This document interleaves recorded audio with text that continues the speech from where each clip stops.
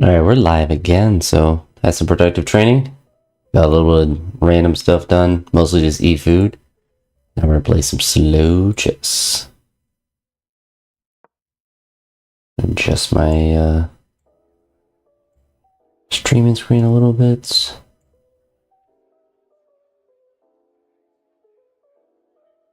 There we go. Got plenty of time to adjust it. Alright. We're just under 1200, which is hilarious because I'm like 1350 with Blitz. Just really impatient, so trying to get better, better at that. We'll see though.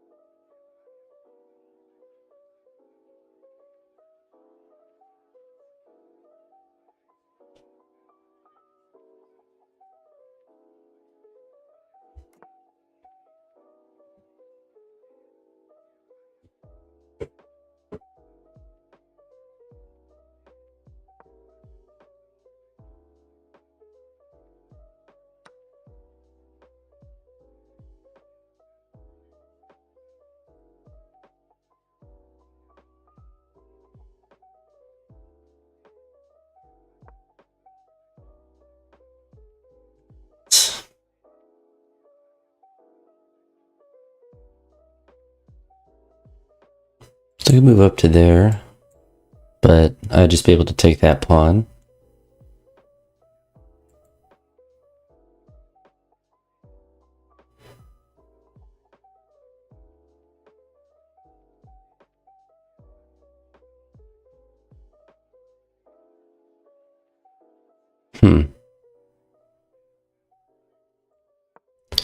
Suppose we can just do that.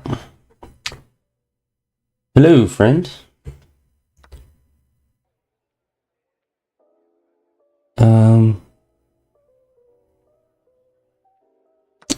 I feel like that's just the correct move. It's like, yeah, you take that, but that is threatened right now.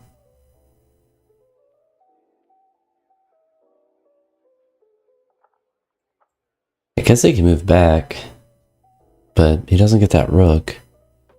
So now he's just down 2 points of material.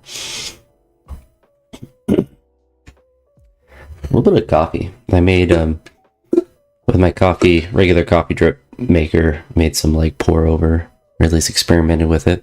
Which turned out pretty good, so. I think he messed up. So we're gonna do that. So I think that pawn is just free.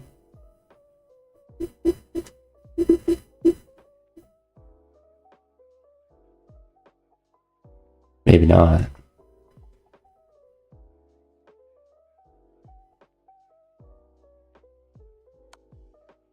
So we can do that.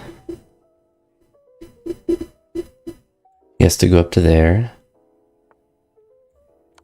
which case we go up to there. If he takes, we get a queen. Yeah. So that should be the end of this game. Which gets me up to 1200.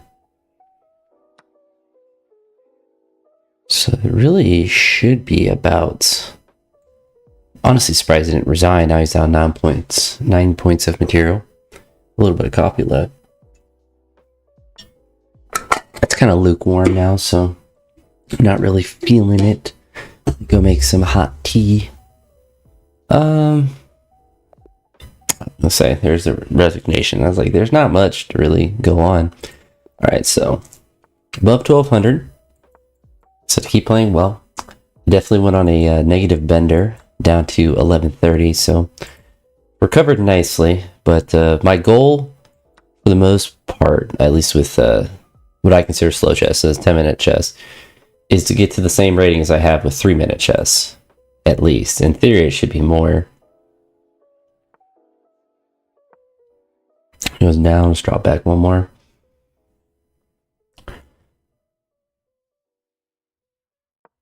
Drop up to there. If he takes, we take back. He does that, we drop down. He really weakened his position up there, which is good for me. I'm not worried about if he wants to trade there. I'm okay with that. Not so okay with that, though.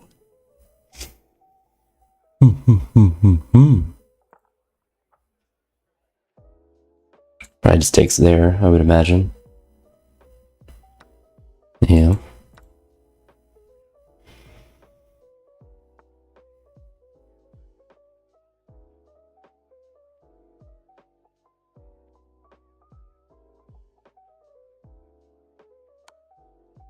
I suppose we can just give a check there.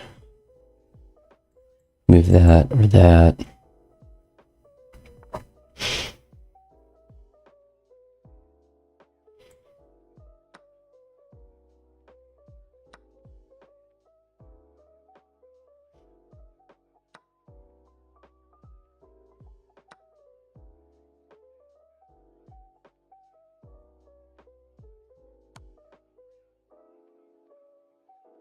I'm not sure. Alright, so go up a spot. Makes sense.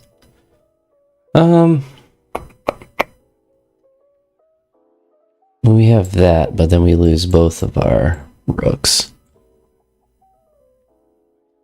So we'll spot him another check.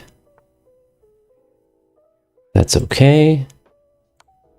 So we can do that.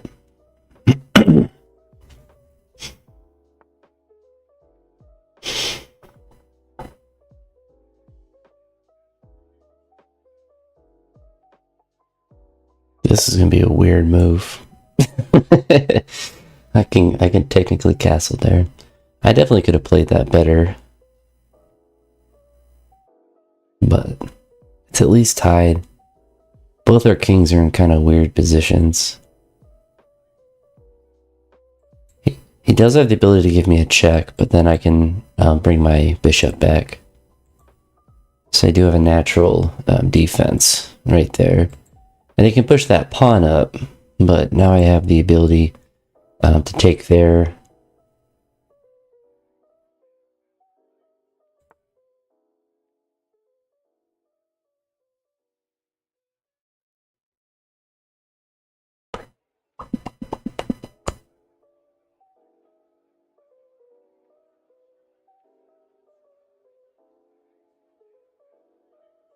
I think we'll go here and just let him take that bishop.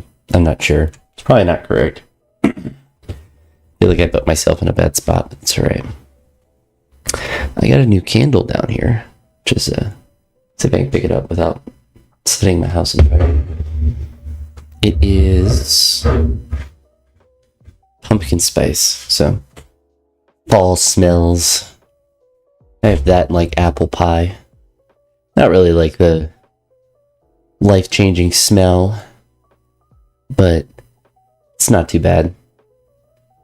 It's nice to have like something that smells some, even if it's not I mean, it's not a bad smell by any stretch, but I guess I'm partial to anything that smells like vanilla.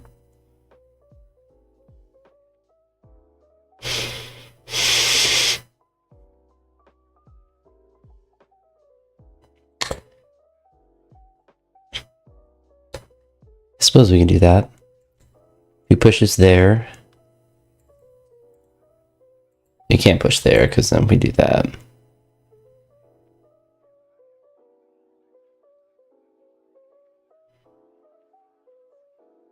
I think that actually is decent for me. queen is kind of trapped. Like, he can go down there. And we can trade there. But, we can do that. He actually has to go over to there, and we get that rook. No, it's not checkmate, but it's certainly... That's certainly rough for him.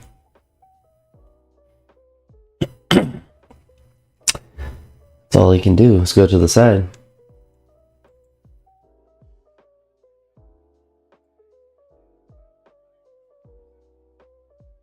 Take that guy. Well, he goes over there. We take... He's in check. He has to come up to here.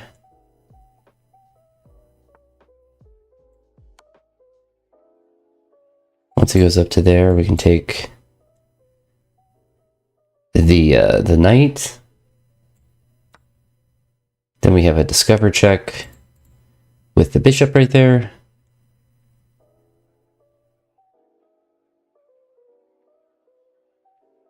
But you could move the rook up to that spot to threaten the bishop, which would just expose him to a discover check when I move the bishop. So probably just not a good spot, regardless. Even have the... What's up, Mohammed? He doesn't move either one of these people. I don't really know what I think he might just sit there for 6 minutes. Like, I don't think there's a good move for him. Because I go down to there to have the check that would allow me to get that piece, but I don't think there's much. Yeah, so we're going to go down to here. I'm doing pretty good, Mohammed. How are you? I'm playing slow chess, so that's why my rating is much lower. Alright. Just have to make sure we just keep putting him in check.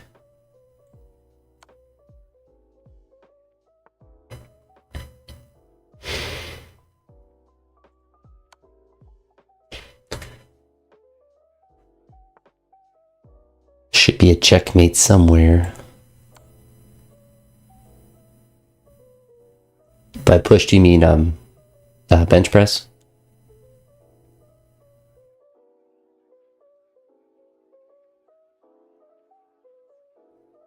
Or scoots. Sometimes people consider squats a pushing exercise.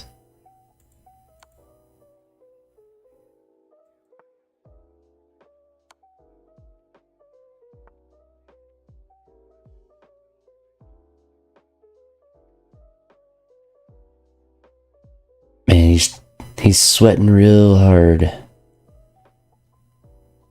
Honestly, I'm gonna go here and hope that he just takes that piece. Push the ace of chest, triceps, shoulders. That's good though. Yeah, that's what I traditionally would think of a push workout. But sometimes people consider legs a pushing exercise.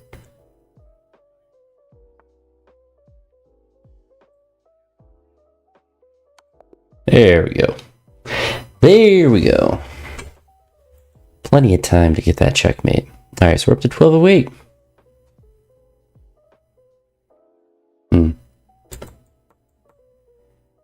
That's weird. Well, I can't remember the last day I had like an actual like dedicated pushing day for like pressing and stuff, but I kind of have that every other day where I still do like that, like pulling, but I don't really do any day with bench pressing ever.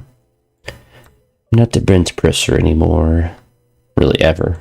even when I did powerlifting, I didn't really like bench pressing, probably because I wasn't good at it.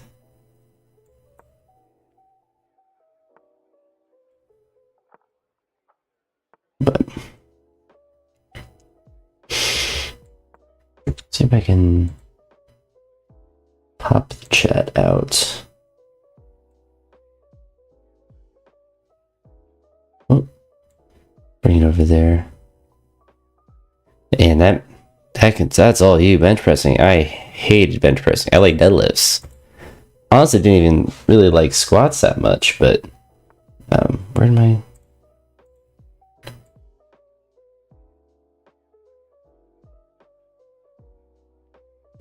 Okay, it's weird. Yeah, I didn't really like. I've never liked bench pressing, frankly. But squats I like now. Mostly because I've realized for the way that I'm built, that squats build my deadlift, which is always nice. Bench pressing was always the most difficult. That and strict pressing, overhead pressing.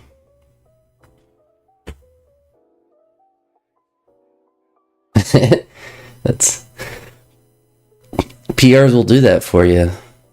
That's like one of the hardest to quantify benefits of training is hitting a PR and that good feeling that you get from that, because it's like that feeling of accomplishment, but like a physical accomplishment. And I'm sure people get that when they do other types of physical activity like running and stuff, where they hit a PR of some sort. But I feel like there's something special about lifting weights and hitting a weight that you've never done before, or like something you have to grind through, and kind of just pushing against that force. I don't know. It's hard to. There's some things that are hard to exactly describe with lifting, but once you do it, then you kind of know. You know.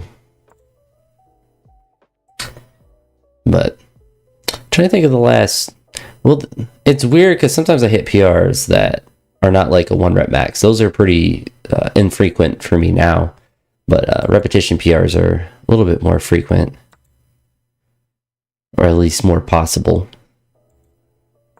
It's like yesterday doing a 215 kilogram squat for 3. Yeah, I'm pretty sure I've never done that before, and so it's a PR in that sense. But rep PRs are kind of hard for me to keep track of, because they are they can be all over the place, and they can get really, I don't want to say subjective, but like I'm not going to pay attention to what my best set of 7 in a strict press is or whatever. Like I might know my best double or triple, but the 1 rep maxes are the important ones. Once again, it means you definitely got more. It's hard to say how much more, but probably definitely something like 80.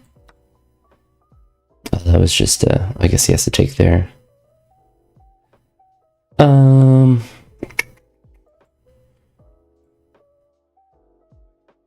I feel like we go right here, and we can threaten this by rotating this guy over. Which is not really threatened now because he has 2 pawns protecting it, but he's actually very much locked into that position, which is interesting.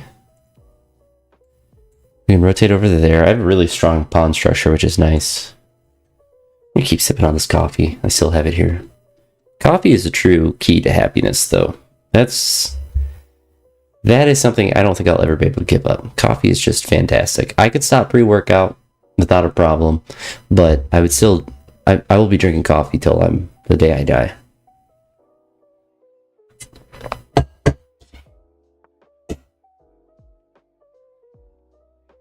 You have to build a tolerance to coffee, because it's bitter at first, but I used to not, I didn't drink coffee till I was in college, and tried it for a bit. I wasn't really, like, it was bitter, but like, it was like, it's caffeine, it's energy, there's health benefits to it. Okay. Guy just straight up took that was a bad trade for him. Honestly, kind of threw me off. I wasn't expecting him to do that.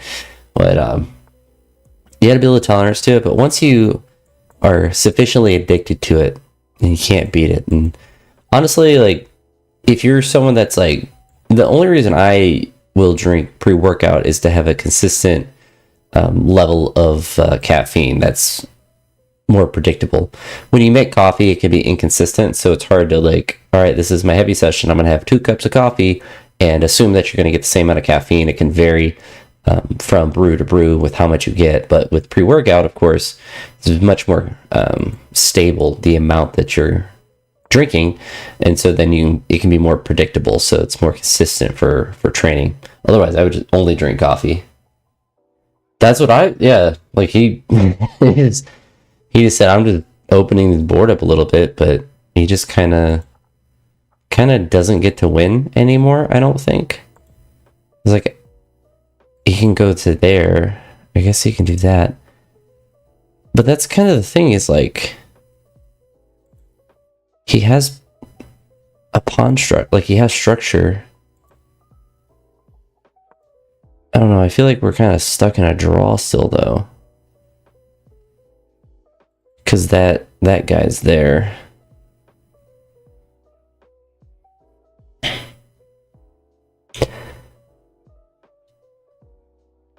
That's what I was thinking, to do this right here. But it doesn't... I guess I just keep pushing it. Because then he has to take it. And then we can open that up. Yeah. Because he doesn't want to trade, obviously, because then he's in a terrible... he's still in a bad position. Because he traded a rook for a bishop, but now it's even worse. So now we just gotta get up. Now I can't move anywhere though. It's both our problems right now. Although that, I think that was not good for him. So let's go down here. He's gonna go right to there. Oh yeah, he threw. That's unfortunate.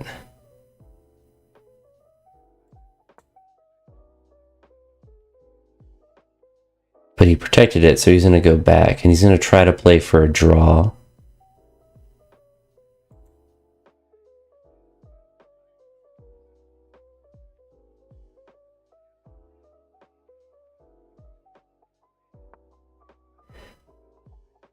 I think I have to try to get over with my king.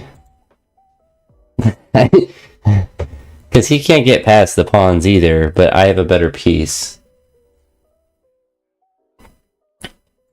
I'm just going to get my king over. So he can't even get in.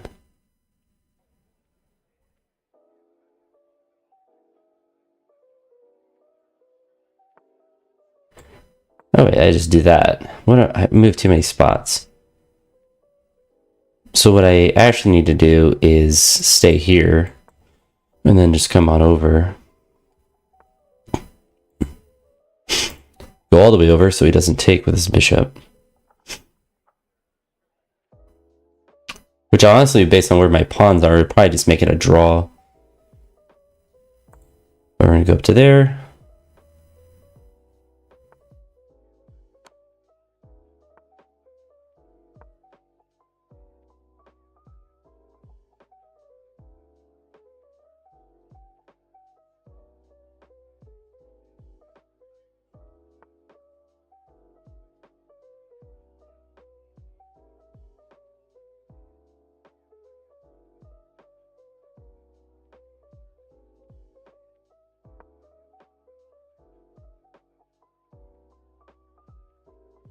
He's in a weird... We're both in a weird spot.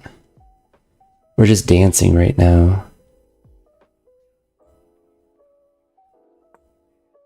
And I think I actually got through.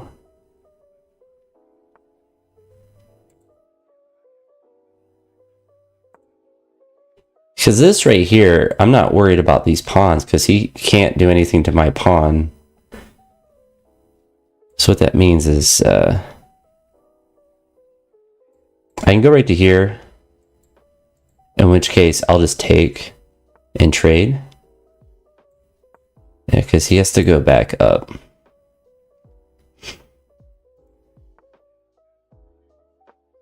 Now I get that pawn. Alright, we're dancing. The dance is over. So you can go back down to defend, but I got, well, just that pawn to take. There we go. There it is. He said no mas. That was that was a really interesting position, though, that he really kind of put himself in because he just decided to sack a piece. But I don't know how much that would have changed if he didn't do that. The Sicilian defense.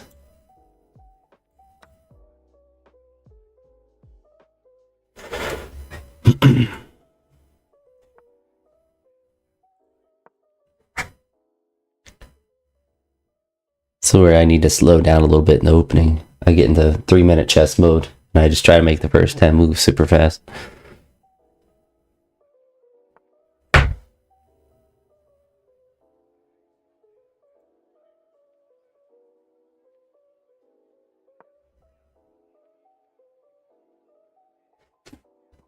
Yeah, I'm from the U.S. I'm from America. This is America. Oh, wait. I accidentally made a good move. Okay, perfect. I was defending the knight, but it also defended the bishop. Just how I planned it. Kind of crazy. I'm on another level right now.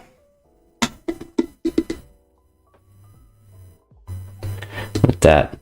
The nice thing, Muhammad, with my channel, if you go through all of my videos, I don't talk about politics at all. Where are you from, Muhammad?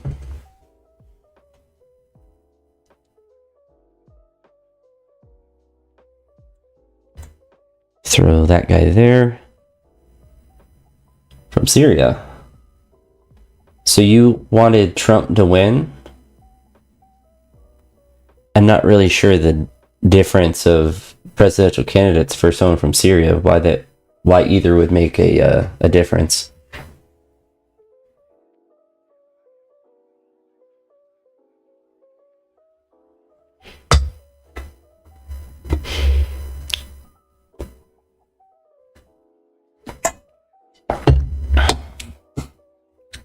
It's more of a peace guy.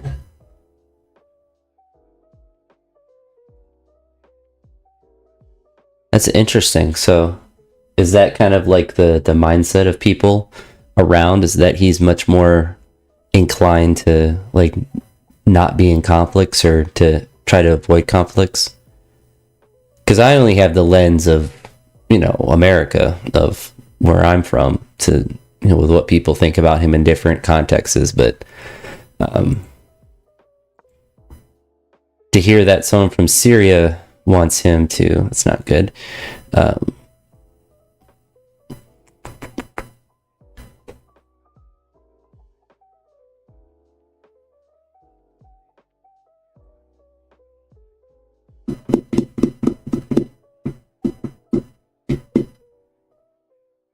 I'm stuck between a rock and a hard place.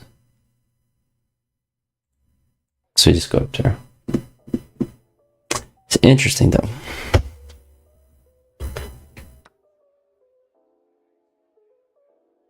Interesting. This game's not going too well though. It's a lot less worse.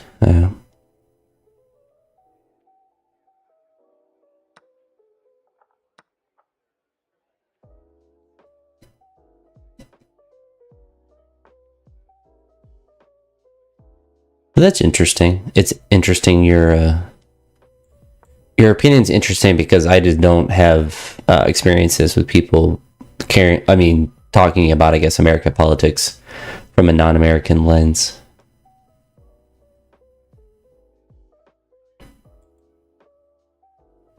Man, this game's not going good. What's up, Jesus? He has returned. Jesus has returned. We're playing some slow chess. 10-minute chess. Which gives me like 4.5 years to make moves. Alright, let's see. Let's see if he notices. Probably. But I mean, that's just a free. He can have that knight. He can go ahead and take it. Oh, what a coward. What a coward.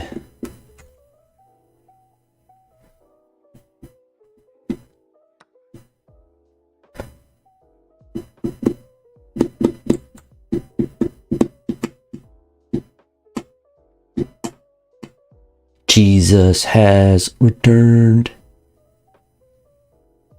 You should move that pawn right there, because it doesn't really matter.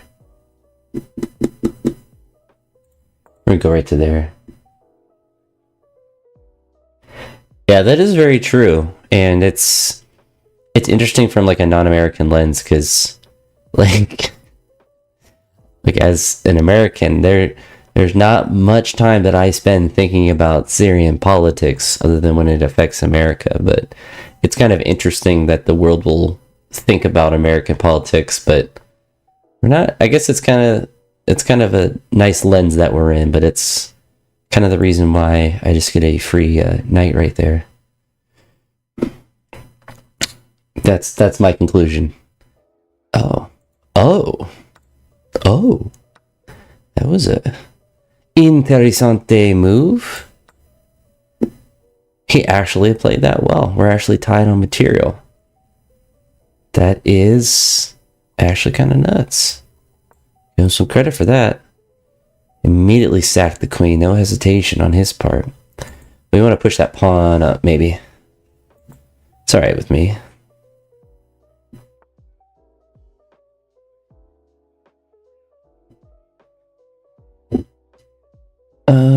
We'll go there so we can threaten that guy there.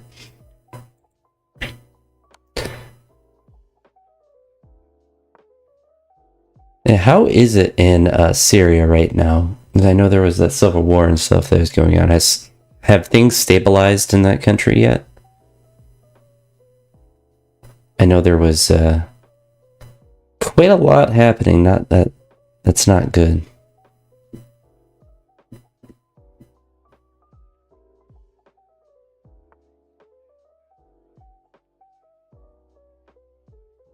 Well, hopefully, I mean,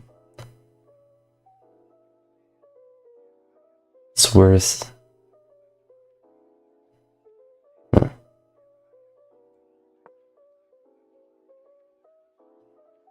the Palestine situation is an interesting one because it's one that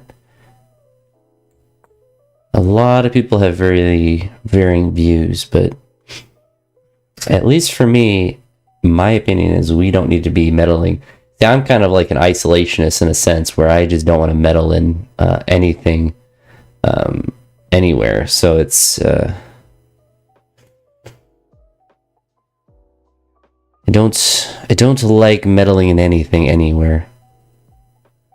Man, I gotta do that. This is not going well.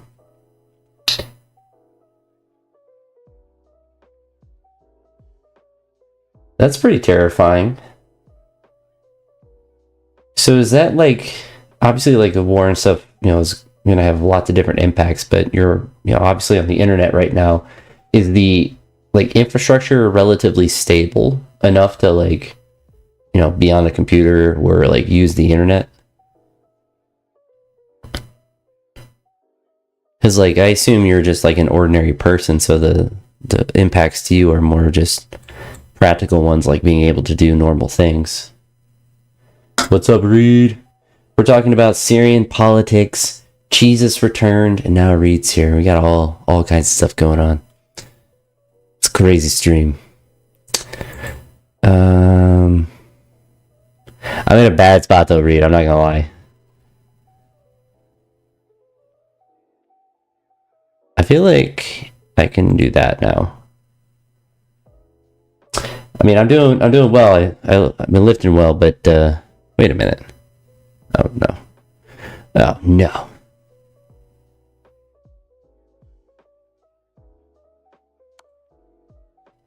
We gotta give him that check.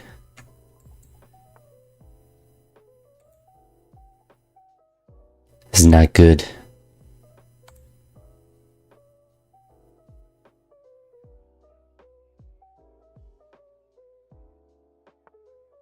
I am stressing. Lifting's going really well. So, well, today I just posted the video, like going over the last week of training, but I made another video today that will go up tomorrow with me talking about the training of the last, it's kind of like 4 weeks. I'm not really like necessarily counting like the same. I don't start the training days on the same day every week. I'm just progressing as the days go by because it isn't necessarily critical that I train on a certain day or like prepare for a certain thing that's happening. So I just kind of, you know, alternate my days. I have the progression planned out for the most part, but like whether it happens on a Monday or Tuesday is not critical. But I went through a video talking about the first like 4.5 weeks of days. So I guess like 20, I guess almost like, yeah, 26 days of training for the last 26 days. And yeah, it's surprisingly, I don't really know how I'm recovering from all the training I'm doing. It's I'm actually kind of confused. So I don't know if I have some tainted supplements or something. my squats just continue to go really well, and then my weightlifting stuff's going great. But I think it's just that back squats I'm responding really well to. But maybe my creatine has some tainted stuff in it. Yeah, the sets of 10, like the fact that, because I was looking at it, like the sets of 10, the sets of 8, and it's like, I was going by it, like I kept waiting. The first thing that went negative. Oh, yeah, Mohammed, that sounds, to be a medical student, especially like in wartime, sounds actually terrible. It seems like not a fun place to be at, but I do appreciate you hanging by. But yeah, medical school is no joke.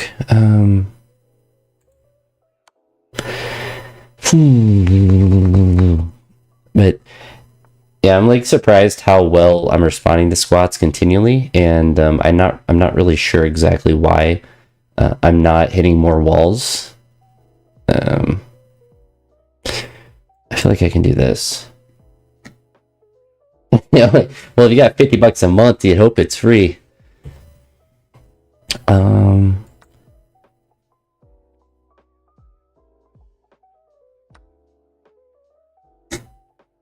Alright, well, I'm up 2 points of material now.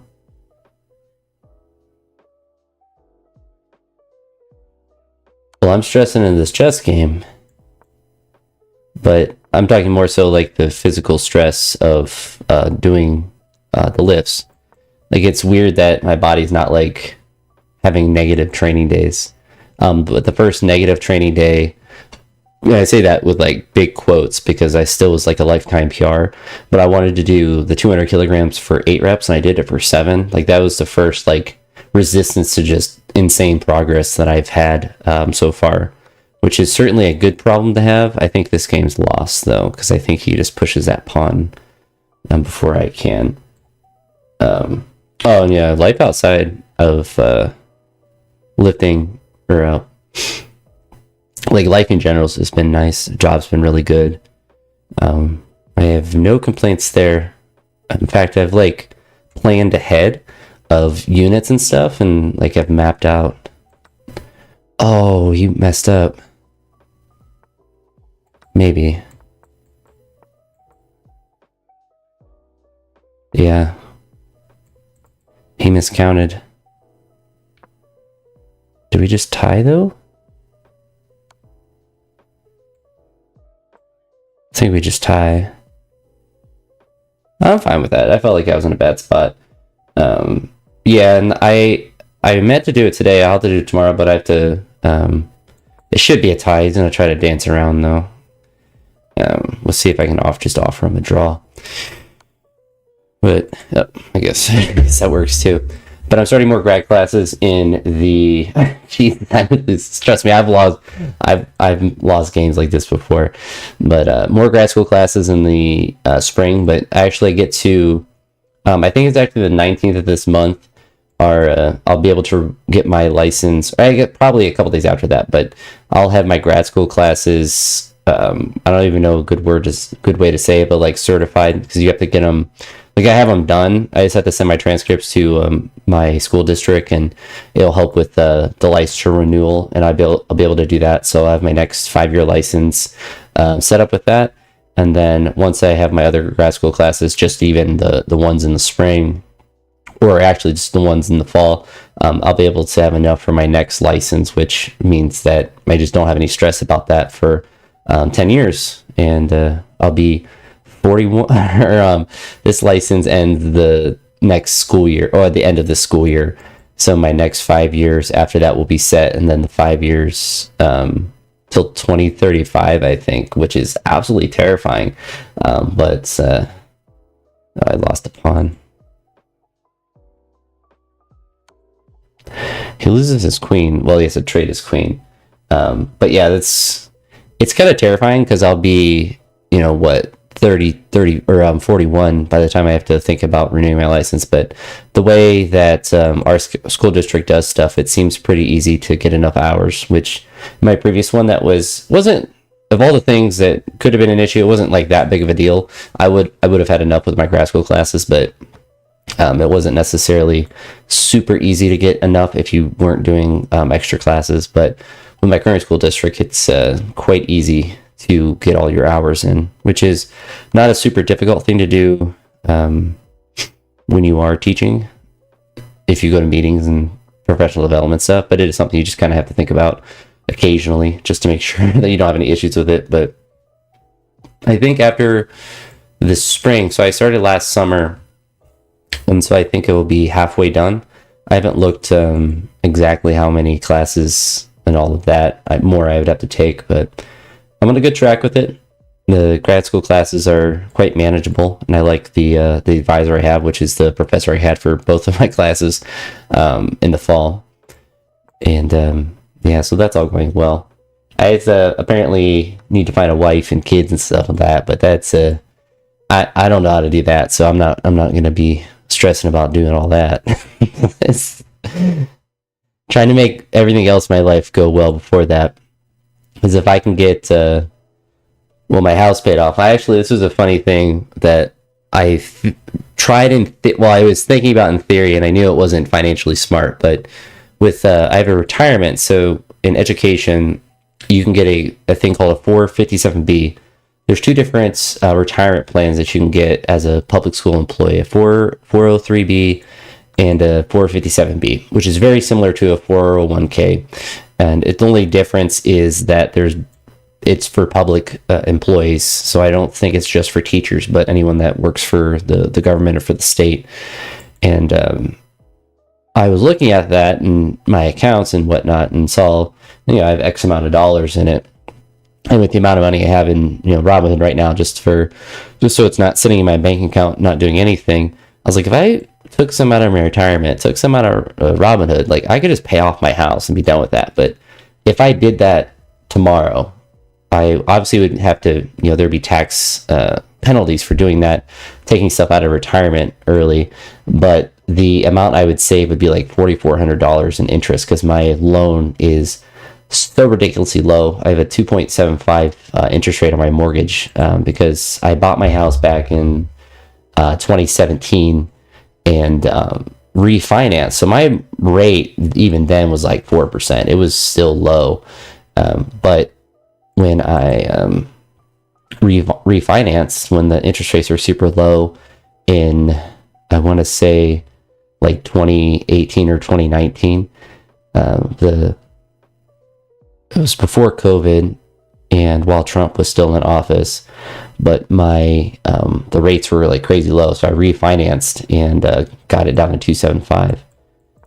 So my the paying it off early isn't it like that beneficial? Obviously, I would have tax penalties and stuff for doing that, but I was discussing that. It's kind of like a neat thought, but it's not really that critical for me to do now, because even like the money that's sitting in my trading account, in theory, it's all in like ETFs, so I don't really have the ability to actively trade throughout the day, because obviously I'm teaching, but I can look at it occasionally and adjust things if I need to. But that one's just kind of sitting there to collect money, and kind of just an active bank account, because like when I'm paying for my grad school classes in the summer, I'll take the money that I need for grad school out of there, or at least some of it, and use that to obviously pay for the classes.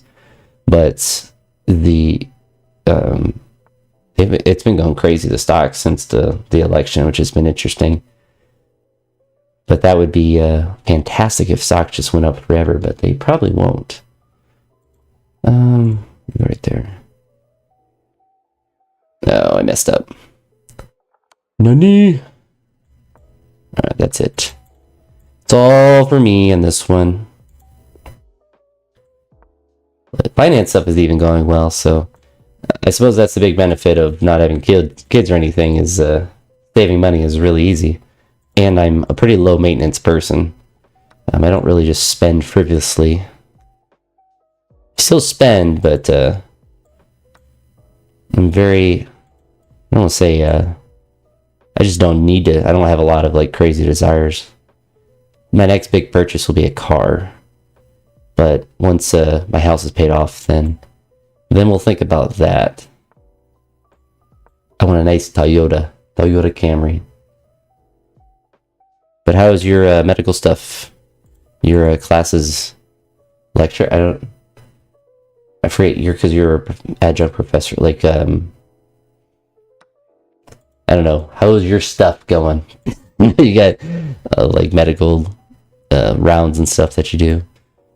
It's gonna go down to there. Let's see. But that's good. So what do you got after that then? Or that's just your, I'm assuming MSN is master's in nursing. So do you like currently have a job, or is that something that you're going to do after? I assume a male in nursing would probably not struggle too much to get a job. It's kind of like when I was a male in special ed. It's a lot of mostly a female thing.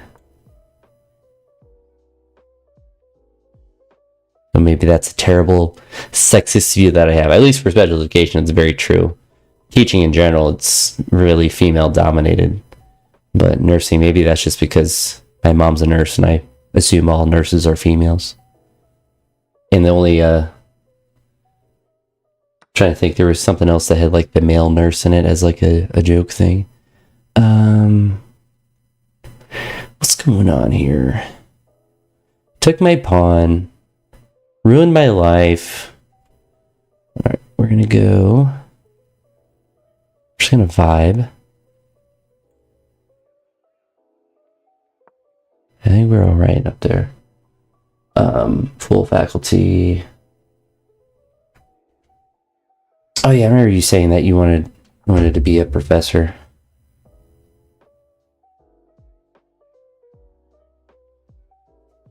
Might after my current job to be master career.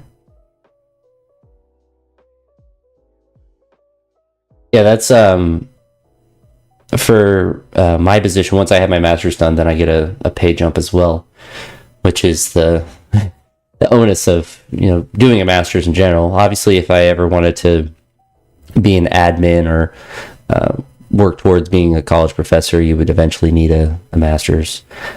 But the pay raise is the big reason I'm doing it, and it's a benefit to do it in something that I'm interested in, like phys ed.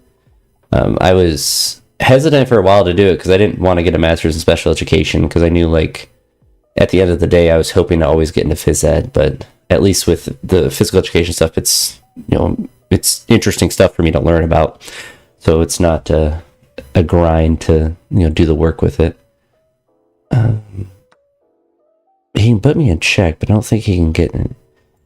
He can get to there.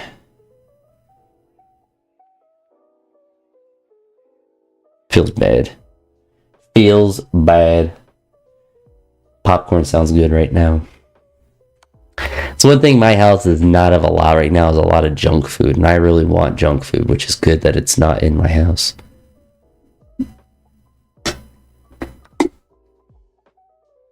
Okay. I mean, not certainly the best trade for me, but it certainly could be worse.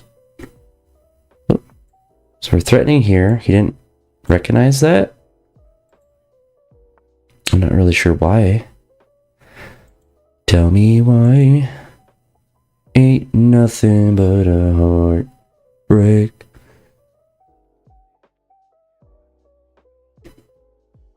People always say you meet the love of your life when you're least expecting it, but I know enough about math to know statistically that the odds are not my favor when this is my Saturday nights typically, or I'm at work, or I am at the gym, mostly males, or I'm at the home gym, which there's only one male at. So odds are not in my favor with that, but I kind of known that for a while. It's a weird thing too, because I know I could go out and figure out stuff, and I have the physical ability to meet people or whatever, and I just don't have the desire, which I don't know if that makes me weird or not, but it's just a lot of effort to do something like that, and potentially, a financially devastating thing if it doesn't work out well. And at the end of the day, it's just a lot of effort when it's much easier just to continue being who I am, living the life that I am right now. But it was funny, my teaching partner had a very similar statement to my mom. It's like, you never know when you're going to meet someone. It's when you least expect it. And I swear my mom has said that many a times, and she means well, but it's just funny because my teaching partner is a similar age to my mom. And I think there's a lot of people that think that that love is like a thing that could just happen occasionally, just whenever. Certainly something you have to make happen, to put some work in.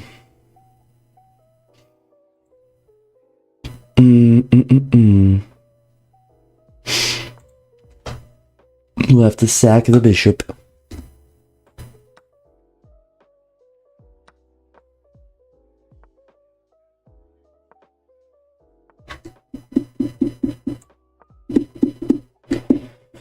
Yeah, this one's not going well for me either.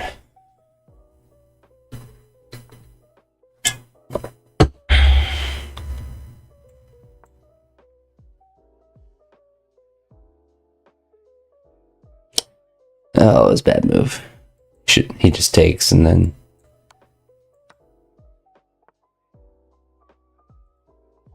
Actually, surprised he didn't take. He should have. That was a free pawn.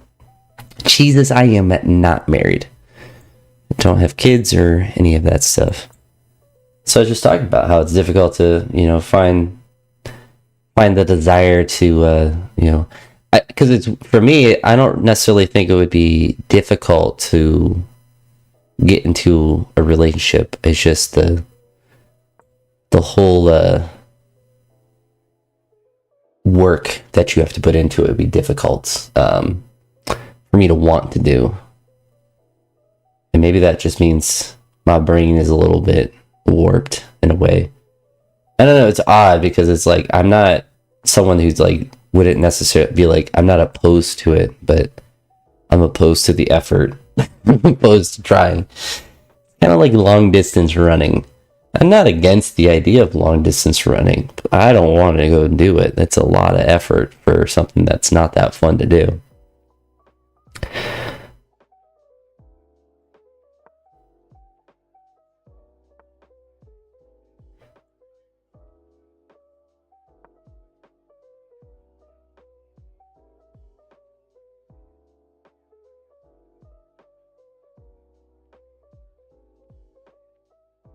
And I feel like my rook's actually in a good spot there.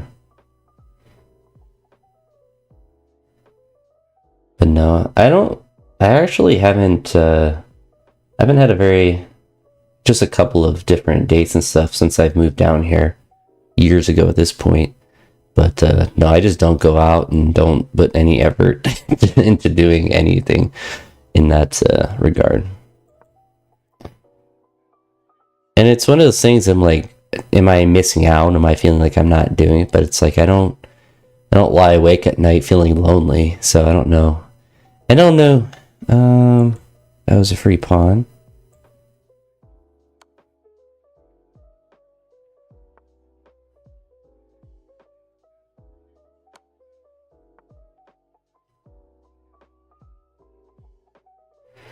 I don't know, I feel like I'm in a bad spot here.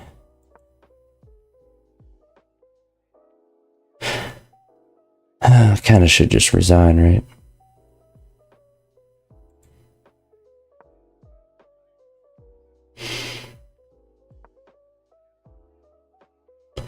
This is why I don't like long chess. Like, this guy should be able to figure out how to beat me. I don't think it's very difficult. Oh no, actually, he has it. Okay, so it's over. It's over. We're on a 2-game losing streak.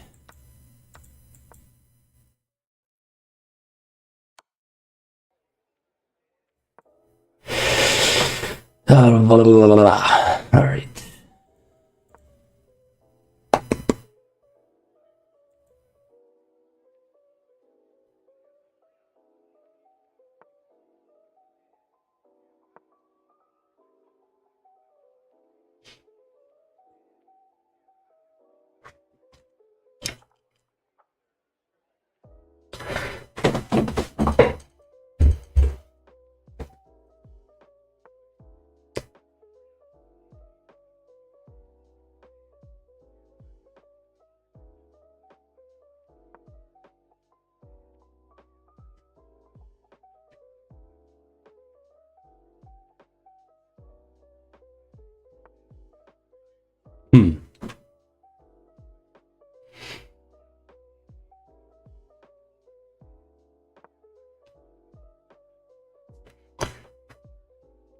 He could, I mean, he can't really drop over to there, but he could be thinking about this square to threaten there. We just want a castle, though.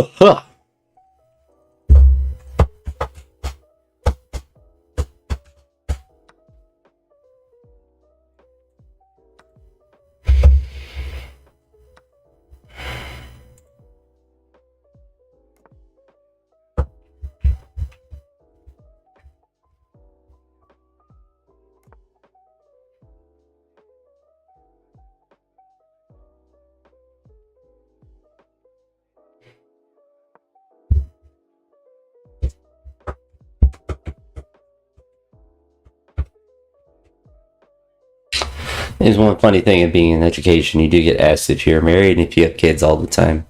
I suppose that's probably something you get asked in other jobs as well, but I feel like I've been asked that. I feel like I probably get asked that more than in other professions, but maybe not. Maybe that's just the thing people talk about. It's not something I ever really ask people about. No.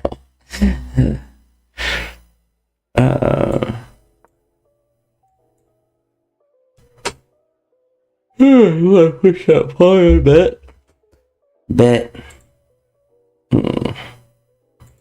Guess I should prevent checkmate. I guess I should say no mas checkmate.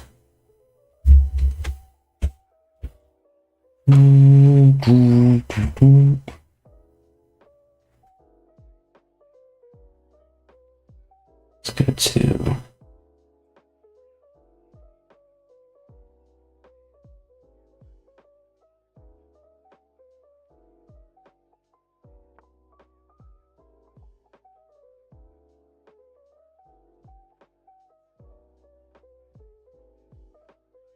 what's going on? So I believe the correct move is actually just to take here.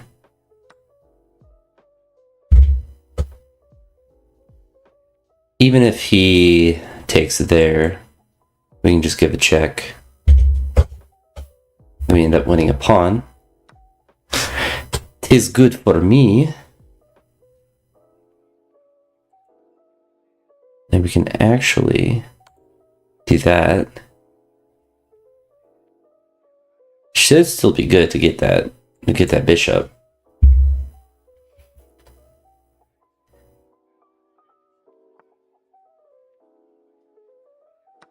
Yep.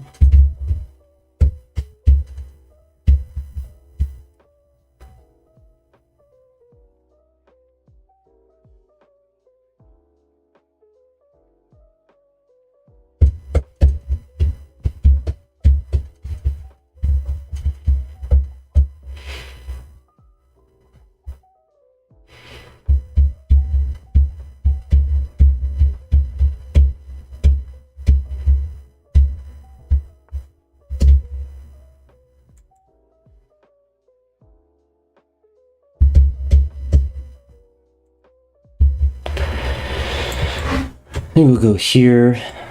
The threaten a right click.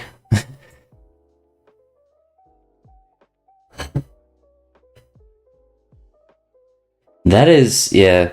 And I kind of like the grad school classes, so I'm not necessarily like super stressed out about having them, but that will certainly be nice. And in the next 3, 4, 5 years, like my house will be paid off, and like as far as grad school will be done. And for teaching, the next step to do after I get my master's is to work towards getting my master's plus 30 hours, which I learned that I don't need to get a second master's for. I simply just need to take grad level classes, and which is obviously easier than getting a full-blown degree or second degree in that case. So it will make getting to the Master's Plus 30, which is the highest level that you can get to, and as far as a teaching contract. And then you obviously make more each year that you're teaching, but it doesn't increase anymore from there. All right, we're going to do a spicy move. We're going to go here. He's going to bring his bishop over. I'm going to... Ooh, he doesn't. So he just gave me a pawn. I think.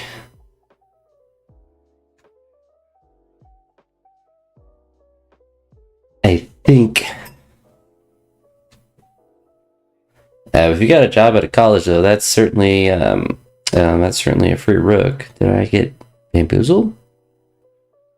Is this a trap? You never know with bad chess players. Are they blundering pieces, or is it just an elaborate ruse? So we give him a check there. Save our guy.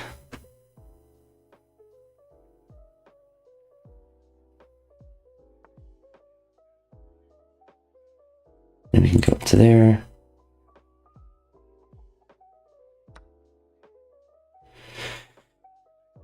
And then we do that.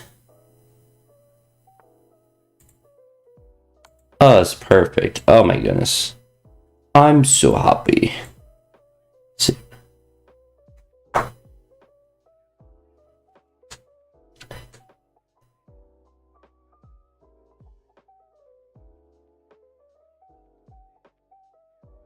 Yeah, but you never know when plans are going to change. The previous school district I was at, I was 100% committed to just working there until I could retire. I had zero desire to ever leave.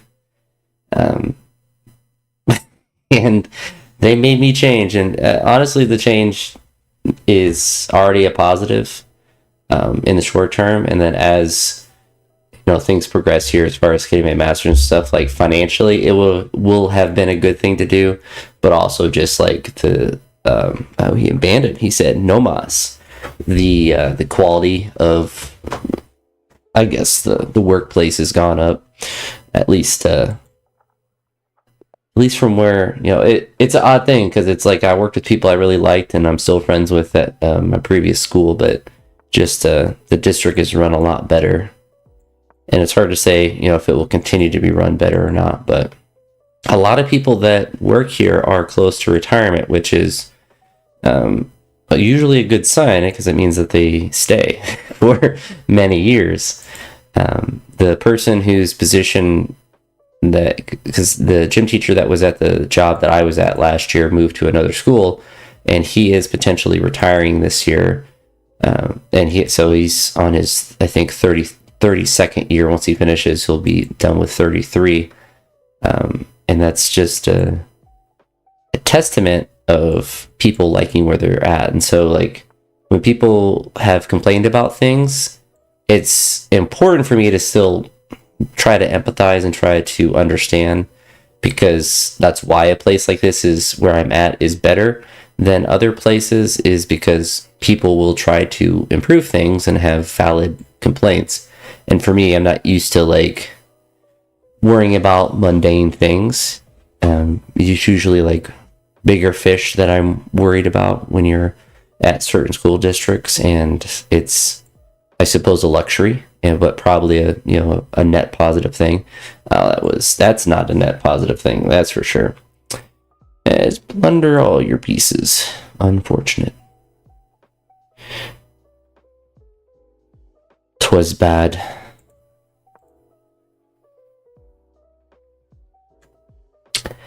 Oh, we do have a potential check, but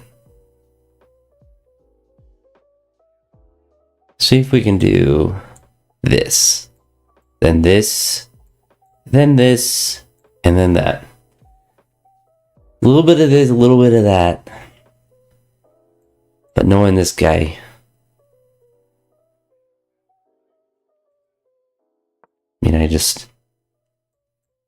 I I guess he can do that, but I can go there. It might actually be a good move for him to do.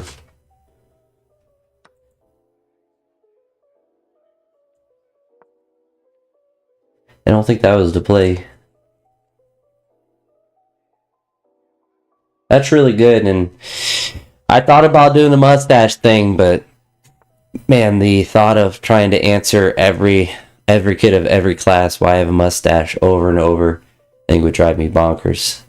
That's why I don't even like do radical things. Like I don't cut my hair I cut my hair, but I don't do radical hair changes because then you get asked by everyone, "Did you get a haircut?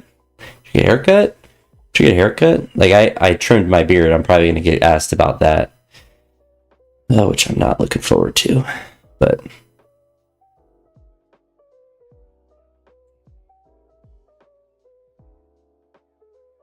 all right, we go to there.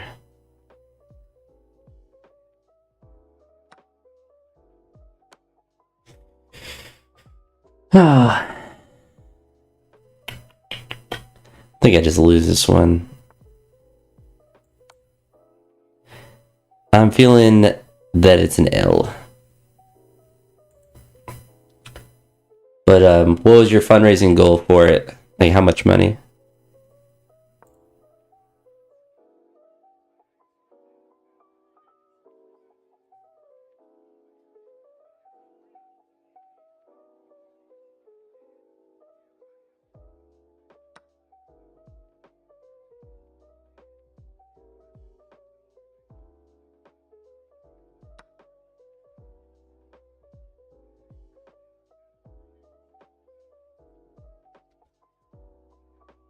Six. I mean, 450 is still a lot.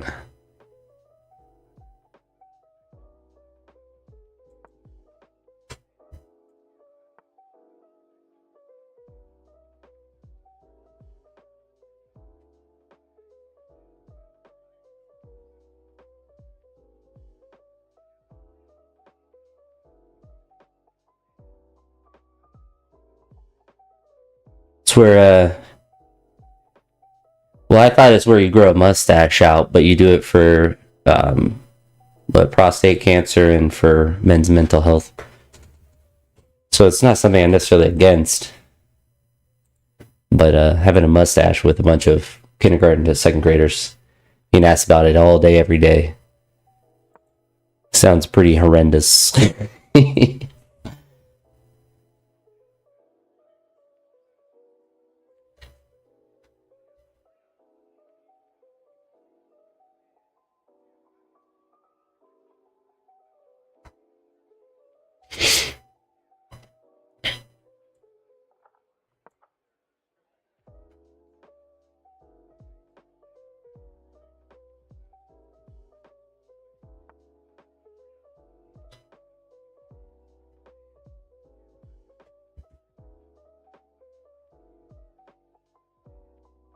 um,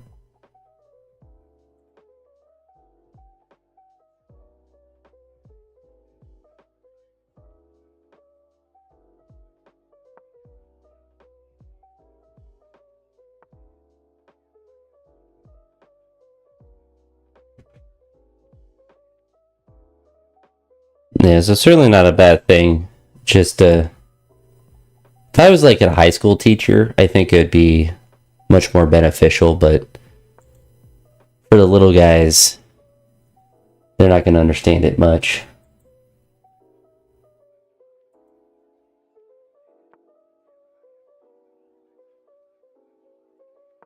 We go there.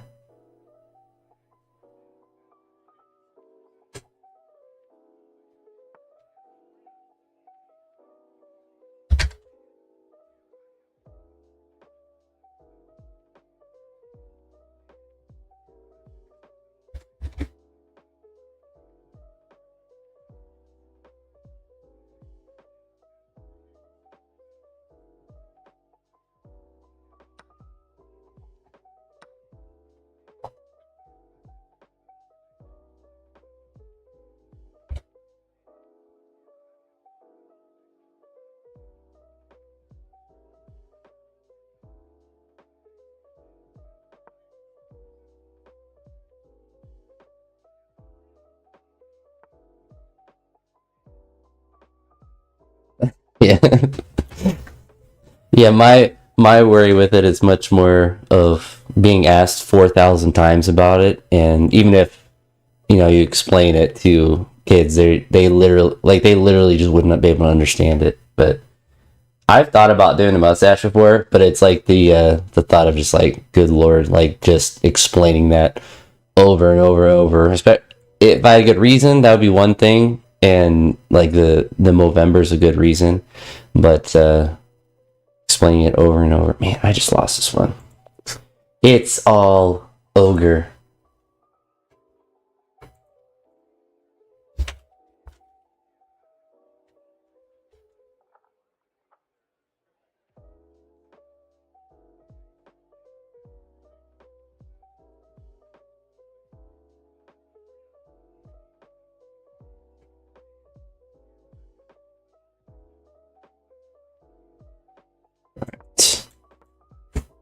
See if it worked.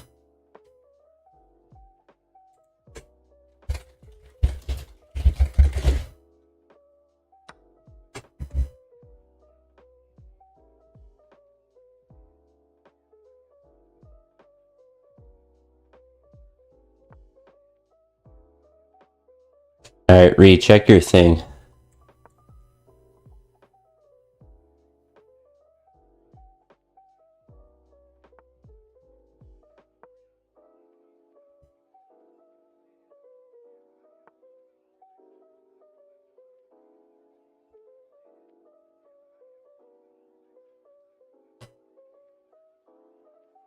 No worries, man.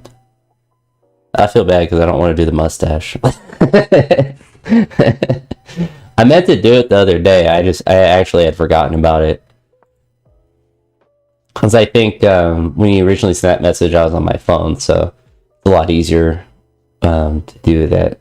To set something up with my computer. All my payment information is saved. Your donations were through Papa John's. I got my payment saved through them. Papa's knows my credit card.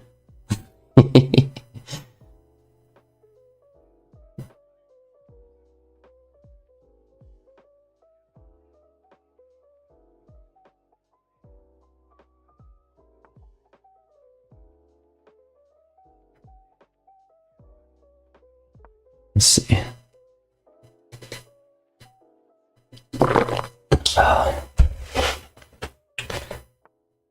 Coffee is so delicious. It's a shame that I can't drink coffee literally 24/7. It's good in the morning. It's good in the afternoon. It's good mid-morning. It's good at night. I've never had a time where I didn't like coffee.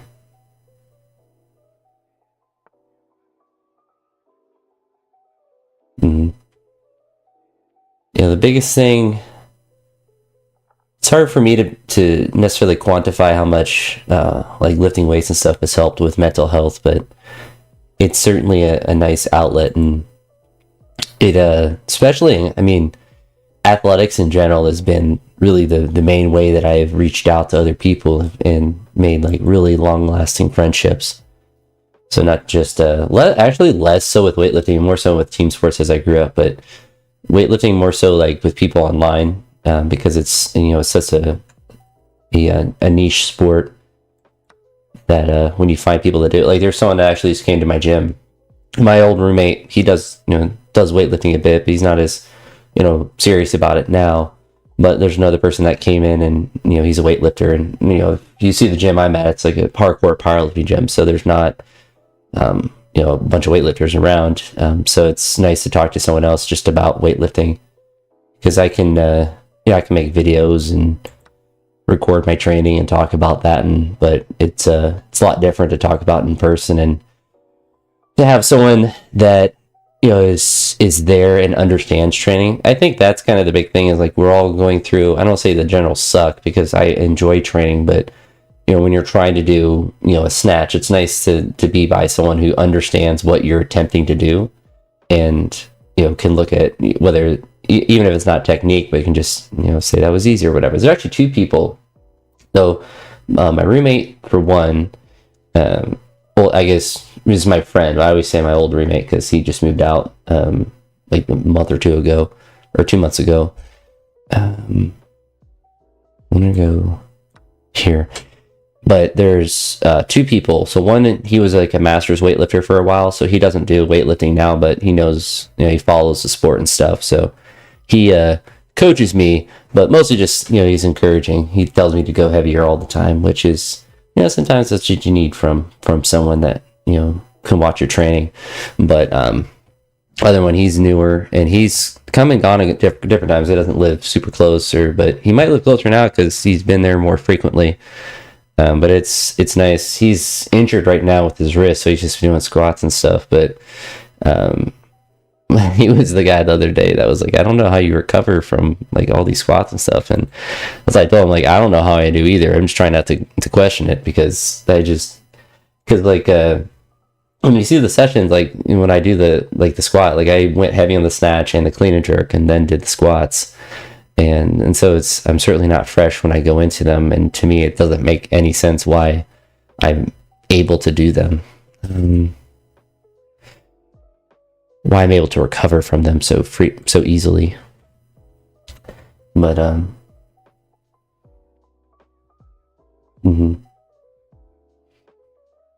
yeah, and it's like that's something I think about too with weightlifting, because there's not much weightlifting in Cincinnati specifically. There's one gym that I went and tried out in the summer where I did some big lifts at. It just happened to like coincide with like where I was in training at that time.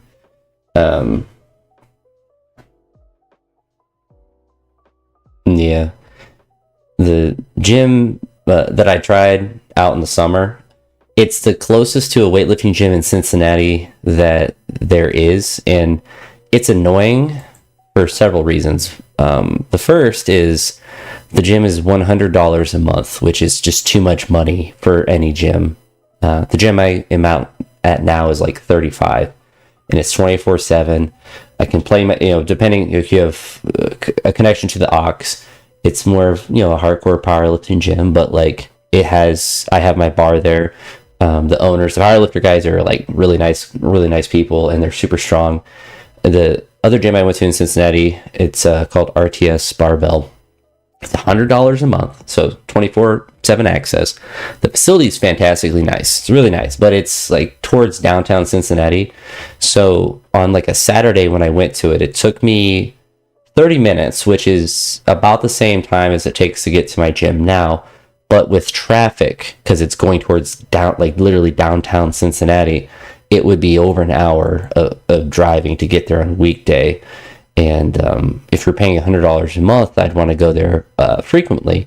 And it's just it just makes no financial sense when I like the gym that I'm at. And even if I were to have dual memberships, my old gym, I actually drive past every day when I go to work, but the gym is it's too expensive for just essentially where I just go to squat. Like I can't do weightlifting there safely.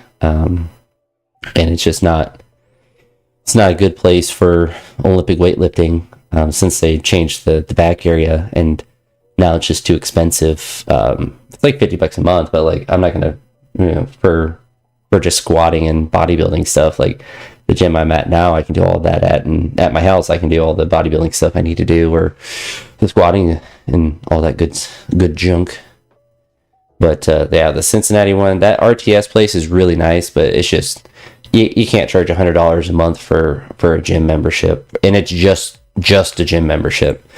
There's a place up near where I grew up, which I probably would have, if I was still living up there, probably would pay. It's like $115 a month, but you get coaching, and that's a significant. I guess you get programming too, but you get coaching, and it's Dan Bell, which I don't know if you've heard of him before. Dan Bell, and actually my one friend, I think he's one of the coaches there now too, that I went to college with. So it's like you get good coaching, you get to lift with other weightlifters and stuff. So there's a lot more benefits, and for like $115 or whatever, like then you could start to kind of justify it. But $100 a month for essentially what I'm getting now is for something that's going to be more difficult to get to, gym wise or like distance wise. You just can't justify it. But I wanted to go to a place like that because there's actual weightlifters there. More so, like there's 4 or 5 weightlifters there, so there is like more of that population. But I just can't justify that kind of spending just for going there once a week essentially. Which, like, if it was an everyday gym, maybe $100 a month I could justify, because it is that nice of a facility where you could kind of, in theory, justify it a little bit. But it just can't work for me. Let me go there. I ate a lot of food. I am stuffed. I think I missed. That was a no. Dan, he's a weightlifting coach, so Olympic weightlifting coach, not that Dan Bell. If you look up Rubber City Weightlifting, I'll put it in the chat. Then you'll see the gym that I'm talking about.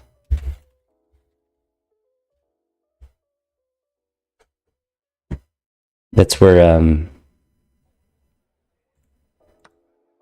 yeah, my buddy that coaches there, he snatched. We're actually really close in numbers, but he's built really well for squats, and I'm built really well for deadlifts, but our numbers are relatively close. He weighs less than me, so he's definitely a better lifter. But it's interesting because his and like we both have a similar snatch, and I think he's definitely better at clean and jerking, but I think he just tied his PR in a clean at 176, and my best ever is 175. So we're kind of close in that regard. But it's interesting because we were both physical education majors at the same school at the same time, and so we both found weightlifting after, because I think he did CrossFit for a little bit and then did weightlifting. But it was just interesting because we both didn't start out in college, trying out weightlifting. We were, did sports and then just lifted for fun, and then both kind of came into weightlifting and got to similar numbers, which, some could argue that I've never had a coach and he's always had a coach, and we got to similar numbers, as how important is coaching at that. But I think maybe I just got lucky. I think maybe I just got lucky at weightlifting that I was able to develop the way that I have. But kind of one of my more controversial opinions. A lot of people in weightlifting talk about, it's so important to have a coach. I don't think it's that important. I think it's important to have fun and do the sport, and to film yourself and try to improve your technique. But I don't think 175 I've done one time ever, and that was a very that's like the 305 kilogram deadlift. Like it took everything in my soul to do. But I think honestly with how good squats have been going, I think I'm getting not necessarily close to like beating that, but if I can continue to progress, like I definitely think there's a lot more kilos on my lifts. And before I hang up my weightlifting cleats and not push the numbers as heavy, I think it would be really fun and in theory possible to get up to the 400-pound clean. Maybe not clean and jerk, but the clean I think is possible. It would be really cool to be able to do that. But my minimum before I stop weightlifting is the 300 kilogram total, which I'm super close to. So that would be like 130, 170. But if I could do, obviously doing more would be nice. I think for the clean jerk specifically, getting above that 170 is I think it's possible. Oh, the guy just gave me his rook. Oh, no, he didn't. He's not that dumb. He's not that dumb.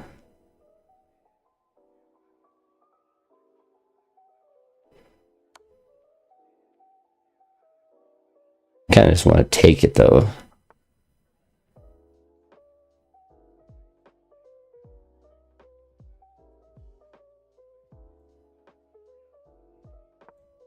Right there.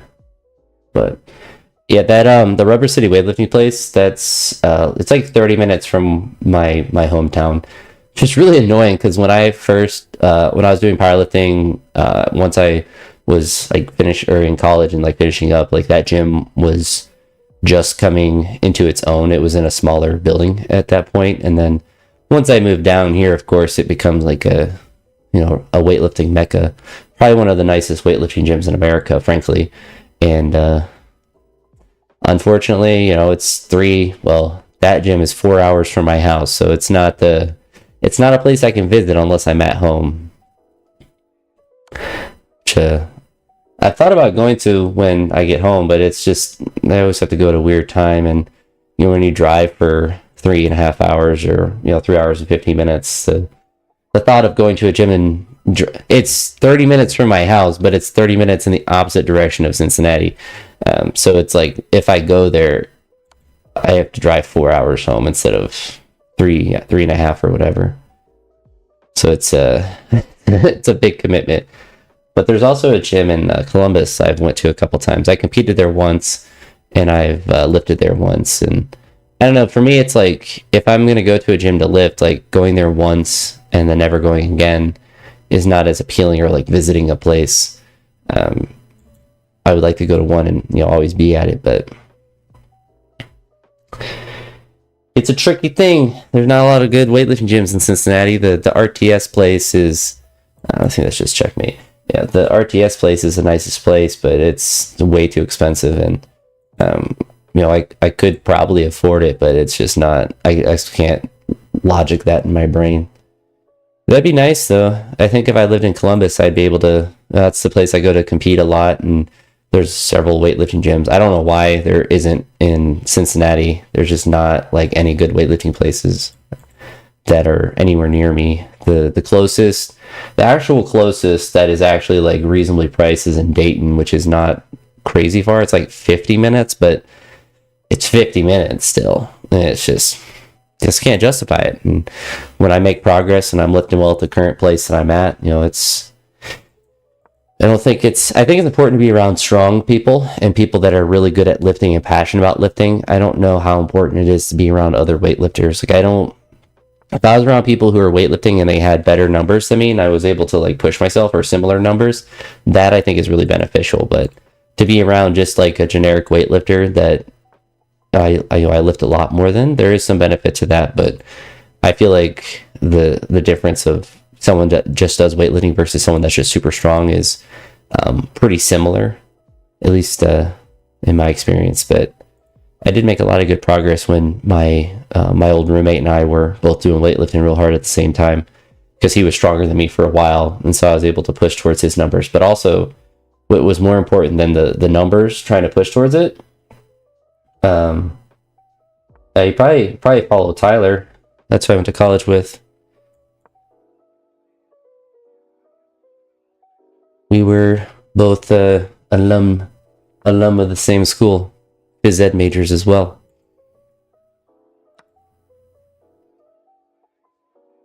Or you probably might follow Matt Rosedale. I think that's his name.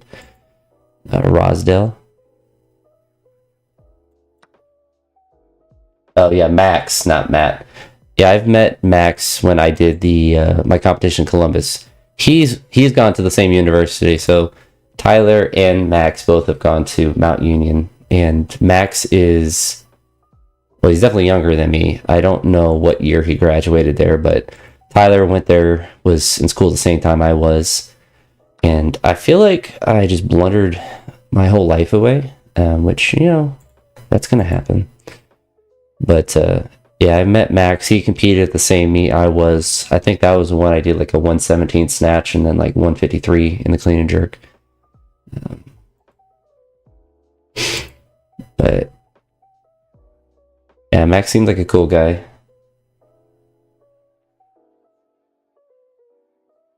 Well, Reed, you didn't hear it here, but I think you have much better technique than he does. Although his technique's not bad.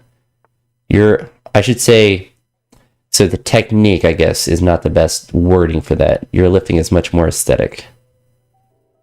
Which, I mean, I think that's important. I think that's something that Clarence Kennedy has said about weightlifting, that it looks more aesthetic, and it's a hard thing to measure, but you kind of know when you see it. But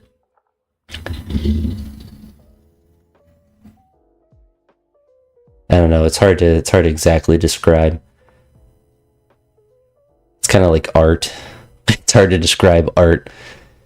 Or like if you like a song, it's hard to describe, necessarily. You can think of reasons you like certain aspects of things, but it's hard to be super objective about it. I think why?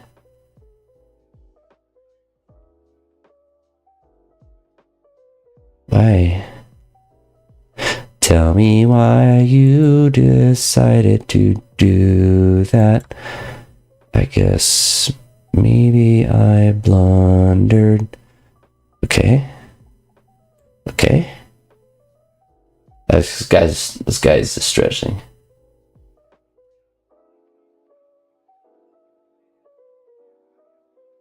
Yeah, I get that same feeling with my clean jerks as well. I really like how my cleans look, but my jerks have been the slowest developing, even though the number with it goes up as far as like the technique and the aesthetics of it. But I really like generally if I catch a snatch well, but I think a lot of that comes down to the mobility. It just looks nice when you have the mobility to do a full snatch and you catch it, even if it's with a light weight. Just looks athletic. Like a good clean looks athletic to me in that same way, but there's just something about a snatch that I guess in some way it's like a lot of people just can't even do a snatch. Like a lot of people can do cleans of some sort and can make it look decent, but there's not a lot of people that can do a snatch and get into a full overhead squat and actually like try to do a heavy weight and to like push into that position. Maybe that's what it is. This guy just gave me I almost didn't even take his bishop. Threw me off. Yeah, I think there's a lot of people who see weightlifting and view it in the terms of powerlifting, where it's, I can squat what this person squats, and I can pull what this person pulls, and I can press what this person presses. But actually completing an overhead squat or a snatch or any derivative, like a split jerk even, is so much more difficult. And I remember I had some buddies that did powerlifting, and they tried, just for fun, they were trying to do some muscle snatches or something, and they did like a snatch, and it was, I don't even think it was with, it might have been with like 65 pounds, and they were like, it's like when they first try it, they think it will be something that they can learn, and they can, but it's much more difficult to learn it than what people think. And people are often intimidated by that it's like, wow, this is actually impossible, because you can learn a squat and a pull pretty quick and like try it, but like when you try a snatch for the first time and you've never done it, and especially like if you're good at like squatting and deadlifting, you're like, oh, this is actually like the most difficult thing in the world, because you don't even, it's like learning how to ride a bike. Like you don't even know what you don't know of how to like put that effort into a difficult weight. And that's when weightlifting becomes fun, when like the weight that you do, you actually have to like physically exert. You're not just like stressing out. Yeah. it's one of those things too. It's hard to like give someone that desire to do that. And I think that's like when you grow up playing sports and like you do athletic things, it's not an intimidating thing to do a snatch or to like be bad at a snatch, I suppose. Because when you grow up playing sports, like you're used to like learning something and being bad at it for a while, and that not being like the end of the world. But I don't know, like I guess to me maybe it's just like the athlete mindset that like the first time I did a snatch, it wasn't like I was like, oh, this is easy, I can for sure do more. I remember doing a 60 kilo or 135 pound snatch in college, and I didn't know what a snatch was, but I was doing it so I could do an overhead squat, because my friend had done some overhead squats for football, and I had tried it, and I could immediately do the overhead squat, so I naturally had the mobility for it. But that was the only snatch I did, and I did some cleans and pyro cleans and stuff, and it was to get better at powerlifting. You move faster, take that. Okay. But when I started to try more snatches, it's more of like, it's physically challenging, and so that was engaging in that regard. And I don't think a lot of people want to be challenged that much. And it makes sense. It's hard and it's difficult and it's frustrating, but it's really rewarding once you do learn it. And it does take a lot of effort. He needs to go right there. That was a mistake for him.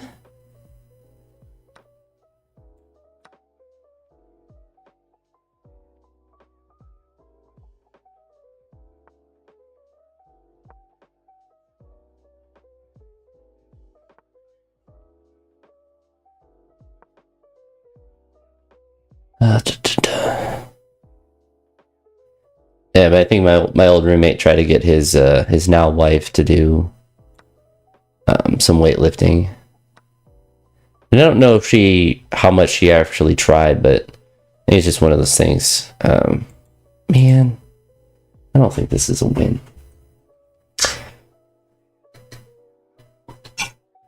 I don't think it's a win. I think we lose.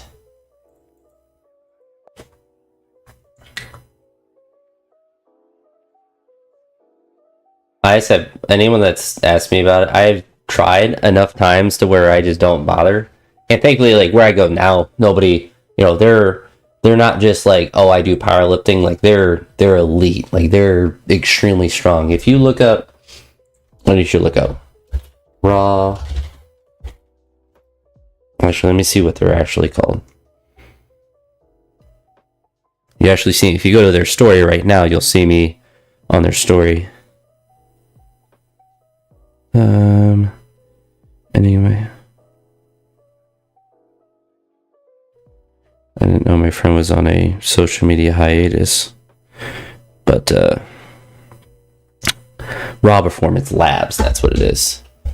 So Raw Performance Labs is the gym that I currently go to, and if you look up like the people that are there, they're not just power, like they are elite of elite, and they're crazy strong. So them not being interested in weightlifting makes sense. But when I was at my old gym, like I never really tried, because at the end of the day, I never wanted to coach people at weightlifting. And I think it's just because I'm too narcissistic, but also like I don't care enough. I guess that's probably saying the same thing. It's kind of redundant. I don't care enough about other people's lifting when I'm lifting, and that's most of the time. Like I'm not going to go to the gym just to go and help other people most of the time.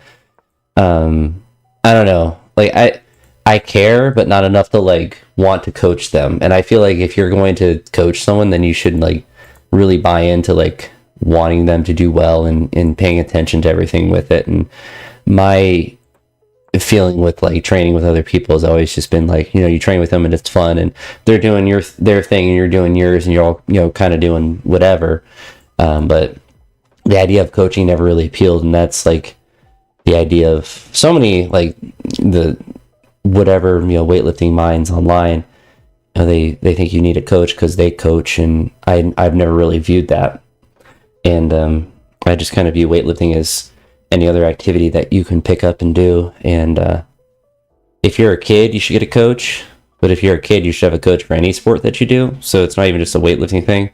But when you're an adult, like just do what you want. Just go lift weights and try to get more athletic. I think that's like I guess in a sense, it's like the Will Rattel mindset of just, trying to get more athletic and doing things that make you feel more athletic. But catching the first heavy clean got me addicted to it forever. There's nothing that mimics that feeling of catching a clean that you don't elevate as high as a power clean, and that you have to pull yourself under. Once you do that once, then you're addicted. At least I was. That's when I was like, oh, this is so much better than powerlifting. That exhilaration, the fear,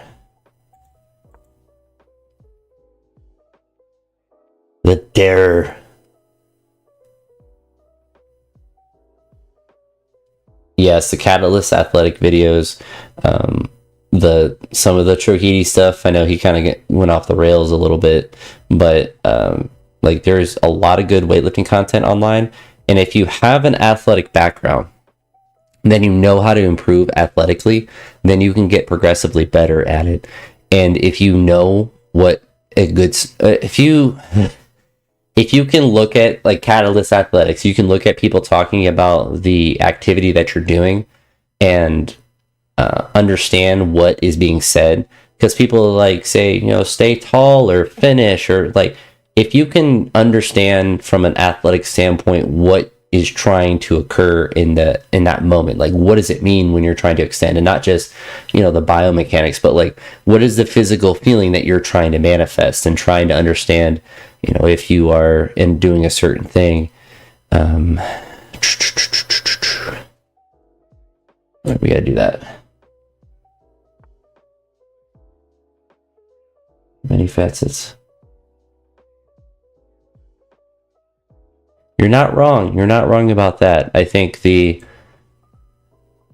aesthetics is something that you just can't compete with as a powerlifter in a lot of ways. But when you lift really heavy weights, and like there's people that can do it with really good range of motion, and it's like the guys that powerlift at my gym, like I don't really follow powerlifting very in depth, but they go crazy in the gym. They call themselves the hogs, and they can go hog wild when they lift. And so like seeing the amount of effort they put in is admirable in a lot of ways. They all just did AMRAPs with 500 pounds, and they all did more than 10 reps. I think one guy did 15, one guy did 12. Rob, the big guy, like the owner of the gym, he did 12, I think. It's just like, no matter the context of what's happening to get to that strength level, to the desire to like do a set of 12 or 15 at such a heavy load, and not be like, it's just to me is bonkers. But they're real nice guys, and they're super strong for like the federations and stuff that they compete in as well.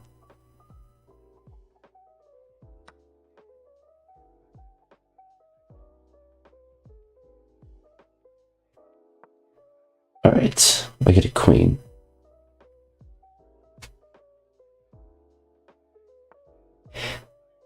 That is a tough thing too, because there are like sumo deadlifts I don't respect at all. Like I find it so cringy, and it does not matter the weight that is done on a sumo deadlift. I just don't respect it as a lift, because it's just a different lift, and it doesn't compare to a conventional deadlift. But when you see like Lalian, the Armenian, do like a 270 jerk, the fact that isn't like all over ESPN, like that isn't like just insane news, because of just how physically impossible something like that is to me mind-boggling. But it's just one of those things that, if he just put that in pounds, like if all European lifters just lifted in pounds, that kind of stuff would just be plastered all over the news, because they're like, look at Saquon Barkley, he did a 600-pound squat. And I'm like, yeah, look at Carlos Nassar. Like, obviously there's differences of supplementation, but it's like that dude is doing that for triples, and then he's clean jerking insane weights, throwing weights above his head that are astronomical. Like, yeah, Saquon Barkley did a 400-pound clean. Nassar did a 400-pound snatch, more than that, and it's bonkers. Like, Lalian threw 600 pounds above his head, and he could have done 10 kilos more. That was, my buddy sent me that. Well, I saw it, and my friend sent me it, and my first thought when I saw it at first was like, the dude could do 280. Like, how has he not done 280? And it makes me think that he went up after that and did 280 or 275. Like, how do you not increase the weight? It looked so routine. And same with that Iranian kid who did 270. The way that he does jerks is so bizarre, because it looks so strangely easy. But like, even with that guy, it's like, how do you not just do 275 kilos to do more than anyone else, or try 280? I guess the weightlifting I was talking about, there's a video of someone doing a 280 clean from Iran. I think might have been Iran, might have been somewhere else, but someone was doing a 280 block clean somewhere. which, based on some of these numbers that we're seeing now from, these jerks and stuff, it doesn't surprise me, especially the Iranians doing, he just resigned, doing like a 280, like high block clean. For whatever reason, they have figured out how to do that movement really well. Anytime I do it, it feels like I can't do a clean with more than 120 kilos, but they apparently can do more than, they can do 20 kilos more than what they can do from the floor. It kind of confuses my brain, but some of these lifts that we're seeing, I'm just glad that they all stopped taking steroids and they're all natural now. I'm glad that they figured out drug testing. So, I mean, at least we're seeing these 270 jerks now, and it's nothing to do with performance enhancing drugs. It's all to do with just hard work, extra creatine, and making sure that they stay hydrated well throughout the day. Nothing else. But the true question now is, how are they getting away with it, and why? Why are they still being able to get away with it? I mean, we can all assume the different reasons why. I guess, to me, it's not really the why, I guess. Obviously, it makes lifting more interesting when you see someone doing a 600-pound jerk versus, 500 pounds. But more question is how. Like, are they just allowing them to, which, is a fair playing field, or is it still we're bribing our way to the top? Which is kind of scary if they still are. You hope they're not. I hope they're just not drug testing.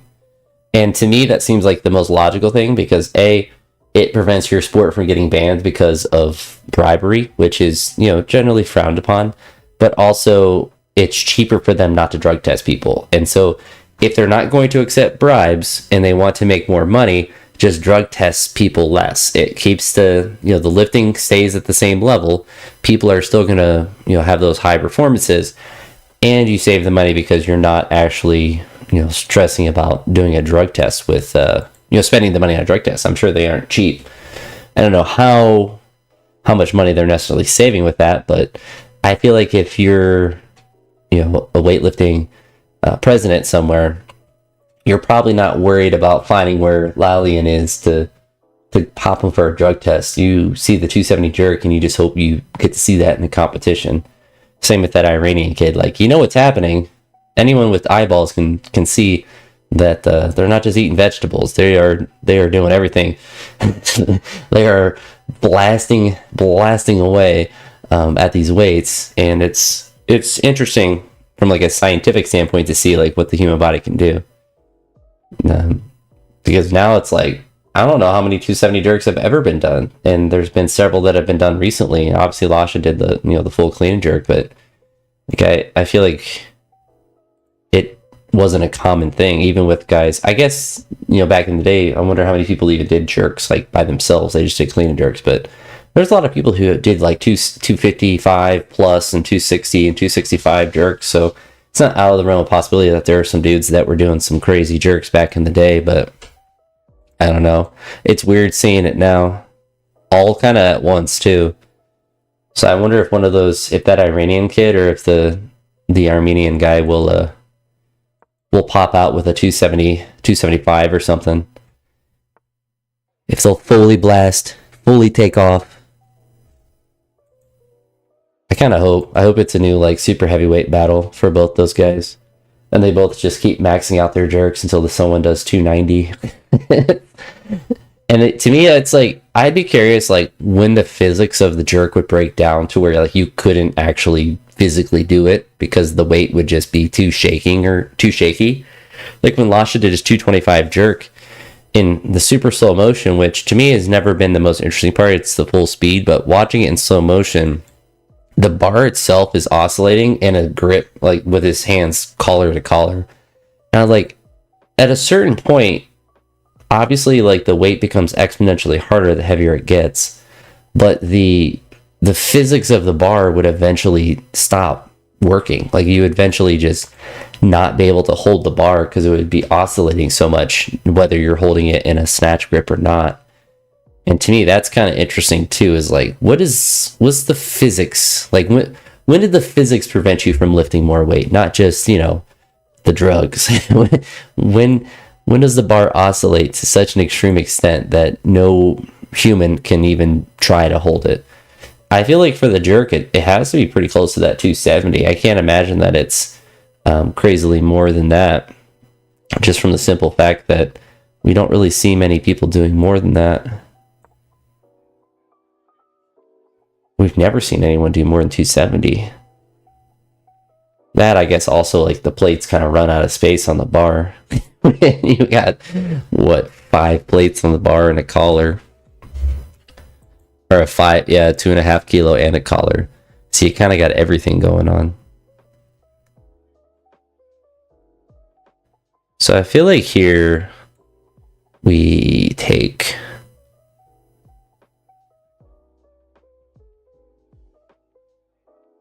No, we don't take, because then he takes with the queen. Man, I just stink. I'm big stinky poo-poo head. We're staying above 1200 though, which is good.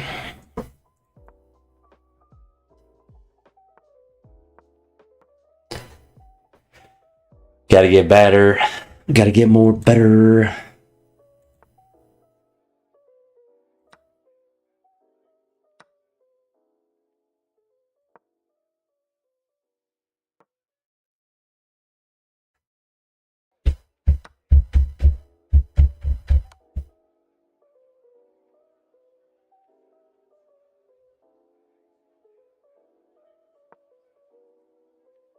I could have actually taken with the king. I did not realize that. Whoopsie.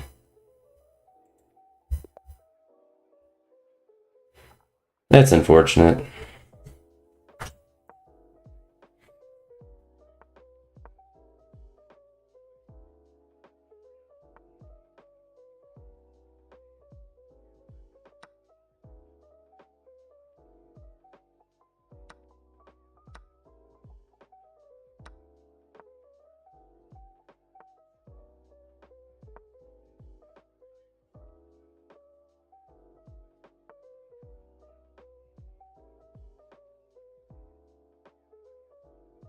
We're gonna try that. So you can tell I'm getting tired. We're trying crazy moves.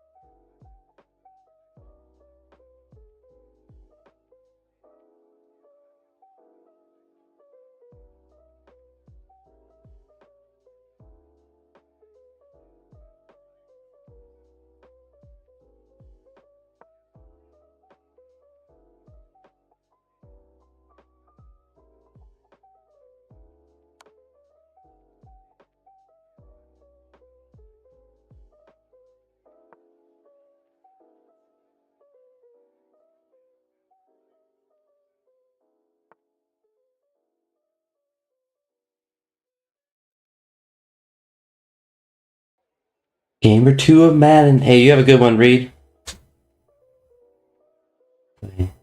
Make some tea. I kind of want to make some tea too. I've been having a lot of decaffeinated tea, but yeah, you have a good night and no problem. No problem for the donation.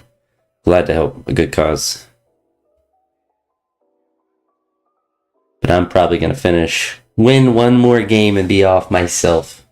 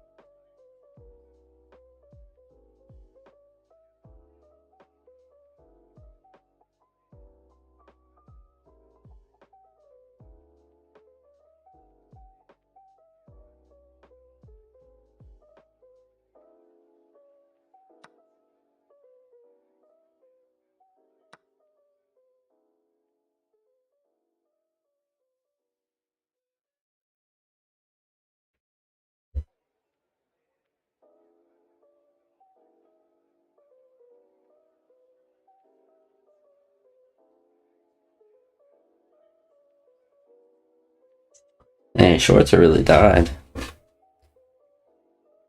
Oh well.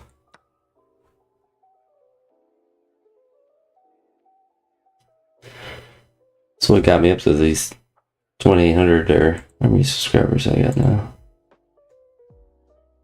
2,800 subscribers, but I just don't have that critically great content to make shorts with. Oh, gross. No. Oh.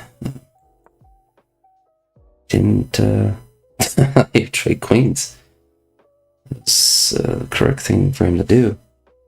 Oh well. We were on a good little roll, and now we played too long. And now we lost it. We lost it.